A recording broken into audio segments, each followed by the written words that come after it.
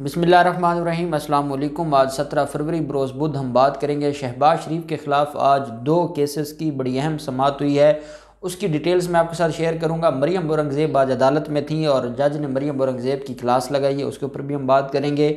Senate elections के हवाले से उम्मीदवारान की फहरिस्त लेकर आई थी मरियम औरंगज़ेब शहबाज शरीफ से दस्तखत करवाने, वो डिटेल्स भी मैं आपके साथ शेयर करूंगा। पहले मैं आपको बताता चलूँ कि जो अपोजिशन लीडर हैं सिंध असम्बली में, जो पाकिस्तान तहरीक इंसाफ के रहनुमा हैं हलीम आदिल शेख, उनके खिलाफ जिनको कल गिरफ़्तार किया गया था, गिरफ़्तारी के वक्त पाकिस्तान पीपल्स पार्टी का ये कहना था कि उन्होंने इलेक्शन जो रूल्स हैं उनकी खिलाफ वर्जी की है और इलेक्शन कमीशन के हुक्म पर हमने उनको उस एरिया से जहाँ पर इलेक्शन हो रहा है वहाँ से उनको बाहर भेजा है और हमने कोई हिरासत में नहीं लिया। फिर उसके बाद ख़बर आती है कि SP मलीर के दफ्तर में उनको हिरासत में रखा जाता है। फिर ख़बर आती है कि उनके खिलाफ मुकदमा दर्ज कर दिया जाता है दहशतगर्दी की दफ़ात के तहत।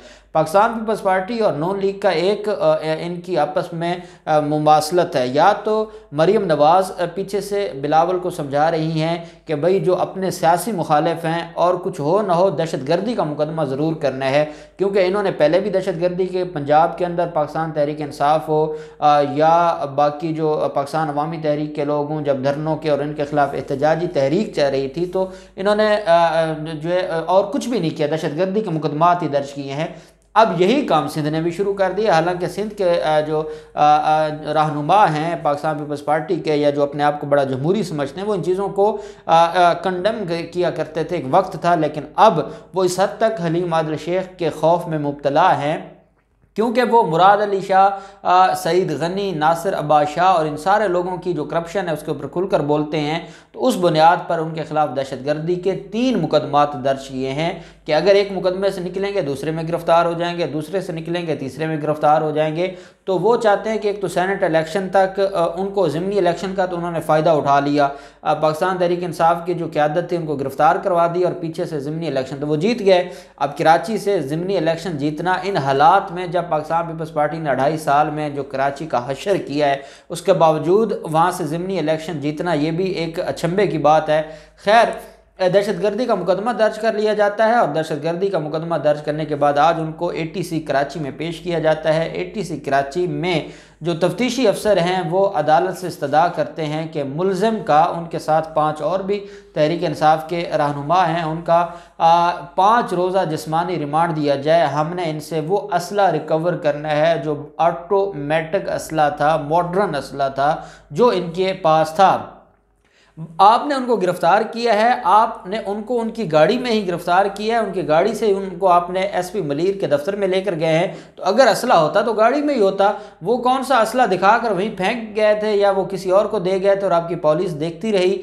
खैर, अदालत ने उनका 2 रोज़ा जिस्मानी रिमांड मंजूर करते हुए जुम्मा के दिन दोबारा उनको पेश करने का हुक्म दिया है। अब जुम्मा के दिन दोबारा इनको पेश किया जाएगा, उसके बाद अगर जुडिशल होता है तो फिर इनकी दरख्वास्त ज़मानत मूव की जाएगी और इनका जो मामला है उसको देखा जाएगा। ये भी हो सकता है कि पाकिस्तान पीपल्स पार्टी इनके खिलाफ इतने मुकदमात दर्ज करा दे कि सेनेट इलेक्शन में वो वोट भी न डाल सकें, ये मामला भी हो सकता है। और पाकिस्तान पीपल्स पार्टी, आपको पता है, जरदारी किसी भी हद तक जा सकते हैं सेनेट इलेक्शन जीतने के लिए, चाहे उनको सुप्रीम कोर्ट पर हमला करना पड़े, चाहे कुछ करना पड़े, लेकिन वो सेनेट इलेक्शन में हर हाल में अपनी बर्तरी कायम रखना चाहेंगे क्योंकि इसकी बुनियाद पर वो ब्लैकमेल करते हैं इदारों को। अब हम आ जाते हैं मनी लॉन्ड्रिंग केस के हवाले से। मनी लॉन्ड्रिंग केस और आशियाना हाउसिंग स्कीम 2 रेफरेंसेस थे आज शहबाज शरीफ के खिलाफ। मनी लॉन्ड्रिंग केस में शहबाज शरीफ, हमजा शहबाज और राबिया इमरान, नुसरत शहबाज और ये सारे लोग मुलजिम हैं। एक बात मैं आपको बताता चलूँ, नुसरत शहबाज का जो की दरख्वास्त थी लाहौर हाई कोर्ट में, वो मैंने आपके साथ शेयर किया था और बाद में भी एक समाअत थी, शायद इतने ज़्यादा इवेंट्स और इतने ज़्यादा इश्यूज़ हैं कि वो स्किप हो गई थी। उसमें जो नुसरत शहबाज की दरख्वास्त लाहौर हाई कोर्ट में दायर की गई थी उसका जवाब जमा करवा दिया गया था नैब की तरफ से और नैब ने ये कहा था कि नुसरत शहबाज झूठ बोल रही हैं, उनको पूरा मौका दिया गया है, उनकी तरफ से जो दरख्वास्त आई है उसमें कोई ऐसी वैलिड ग्राउंड नहीं थी जिसकी बुनियाद पर उनको इस्तिस्ना दी जाती हाज़िरी से या उनके असासे मुंजमद ना किए जाते। तो जो नैब है उन्होंने दरख्वास्त खारिज करने की इस्तदा की थी और अब उसका जवाब जमा करवाने का वक्त मांगा था नुसरत शहबाज के वकला ने, और अब जब उसकी दोबारा समाअत होगी, जब समाअत के लिए फ़िक्स होगा तो उसकी डिटेल्स भी मैं आपके साथ शेयर करूंगा कि आया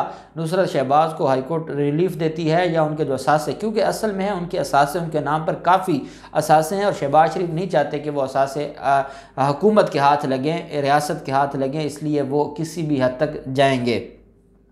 आशियाना हाउसिंग स्कीम में जब मुलज़म शहबाज शरीफ को पेश किया गया और आशियाना हाउसिंग स्कीम के जज जिनके पास केस की समाअत थी अमजद नज़ीर चौधरी साहब उनकी अदालत में पेश किया गया, साथ अमजद परवेज़ एडवोकेट साहब मौजूद थे और नैब के जो गवाह हैं वो भी अदालत में मौजूद थे।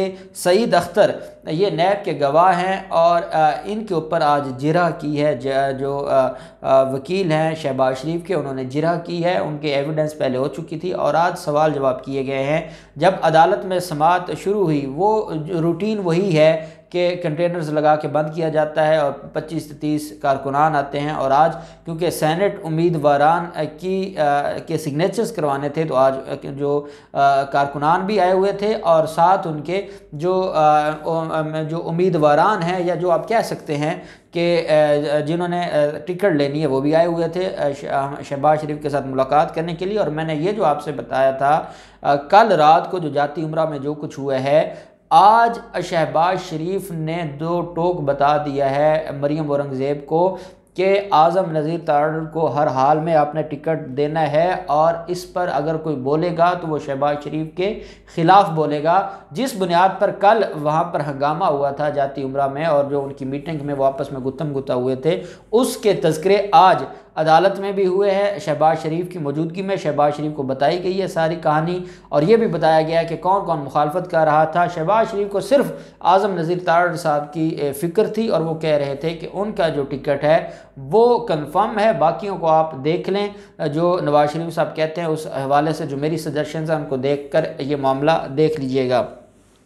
अब जब इधर सईद अख्तर गवाह के ऊपर जिरा हो रही थी और उधर शहबाज शरीफ ने मेला लगाया हुआ था, तो अदालत ने कहा भाई ये क्या यहाँ पर ड्रामा रचाया हुआ है। जज अमजद नज़ीर चौधरी साहब बड़े सख्त जज हैं और वो डेकोरम को नहीं ख़राब होने देते। उन्होंने कहा ये क्या यहाँ पर ड्रामा लगा हुआ है, ये कोई इनकी असम्बली है या कोई इनका जो इलेक्शन ऑफिस है, ये क्या लगा हुआ है। तो शहबाज शरीफ आगे आए और शहबाज शरीफ ने कहा, रोस्टम पर आके कहा जनाब मैं क्योंकि पार्टी का सदर हूँ नून लीग का, तो ये सेनेट उम्मीदवारान का मेरे पास मौका नहीं मिला, तो आज मेरे पास मौका है, मैं उन पर सिग्नेचर्स करने थे, तो वही हम डिस्कस कर रहे थे। अदालत ने कहा भी पहले अदालत की कार्रवाई होने दें, अदालत की कार्रवाई के बाद आप जो जी चाहे आप करते रहें, आपको अदालत टाइम दे देगी, अब यहाँ बैठ के अपनी जो कार्रवाई है वो कर लें। लेकिन ये तो कोई बात ना हो कि इधर अदालत में सवाल जवाब हो रहे हैं, आपके मुस्तकबिल का फैसला इन सवाल जवाब पर होना है, इस जिरह पर होना है और आपका ध्यान ही नहीं है उस तरफ और आप अपने काम में लगे हुए हैं। साथ मरियम औरंगज़ेब साथ आकर खड़ी हो गई और उन्होंने भी अदालत से बोलना चाहा और अदालत से ये कहना चाहा कि वो किस लिए शहबाज शरीफ के साथ बात कर रही थी या जो भी मामला है। मरियम औरंगज़ेब ने अदालत को ये बताने की कोशिश की कि हम ये बात कर रहे थे, क्योंकि जज साहब तो गुस्सा कर गए थे, तो जिस पर जज साहब ने कहा ये कौन है, तो उसके ऊपर जो वकील थे अमजद परवेज़ एडवोकेट साहब, उन्होंने कहा कि ये रहनुमा हैं नून लीग की, मरियम औरंगज़ेब हैं। तो अदालत ने कहा भी ये इनको कहें कि ये पीछे खड़ी हो जाएं और यहाँ अदालत के साथ गुफ्तगू न करें और अदालत की कार्रवाई होने दें और इनको कहें ये पीछे चली जाएं। जिसके ऊपर मरियम औरंगज़ेब को गुस्सा तो आया होगा कि वो मीडिया के सामने तो कुछ भी बोल सकती हैं, जिसकी चाहे पगड़ी उछाल दें, लेकिन अदालत है और जज के सामने बोलना तो फिर बड़ा मुश्किल होता है। तो खैर शहबाज शरीफ ने इशारा किया, मरियम औरंगज़ेब पीछे बैठ गई और फिर पूरी अदालत की कार्रवाई में दोबारा मरियम औरंगज़ेब नहीं बोली, बाकी मामला चलते रहे। और इस तरह से जो आशियाना हाउसिंग रेफरेंस है उसमें गवाह के ऊपर जिरह कंप्लीट हुई और शहबाज शरीफ ने जो उम्मीदवारान के कागजात थे उनके ऊपर सिग्नेचर्स किए, 7 इंस्ट्रक्शंस दी। वही मैं आपको बार बार बता रहा हूँ, आज़म नज़ीर तारड़ साहब के हवाले से उन्होंने बार बार इंस्ट्रक्शंस दी। दूसरी तरफ फिर हमजा शहबाज भी आए हुए थे और हमजा शहबाज और शहबाज शरीफ मनी लॉन्ड्रिंग केस में जो आमदन से ज़्यादा असासाजात केस है उसमें भी पेश हुए। आहद चीमा भी आशियाना रेफरेंस में आए हुए थे, उनको वो जेल से लेकर आते हैं। तो आज चीमा और शहबाज शरीफ की भी आपस में मुलाकात हुई है, और ये आशियाना हाउसिंग स्कीम में, क्योंकि हमजा शहबाज आशियाना रेफरेंस में मुलज़म नहीं है, वो मनी लॉन्ड्रिंग में आज दोनों केसेस की समाअत थी। तो इस समाअत के बाद फिर मनी लॉन्ड्रिंग केस में पेश हुए हमजा शहबाज भी, शहबाज शरीफ भी। आज जज एडमिन जज जवादुल हसन साहब अदालत में आज वो गैर हाज़िर थे, आज वो छुट्टी पर थे।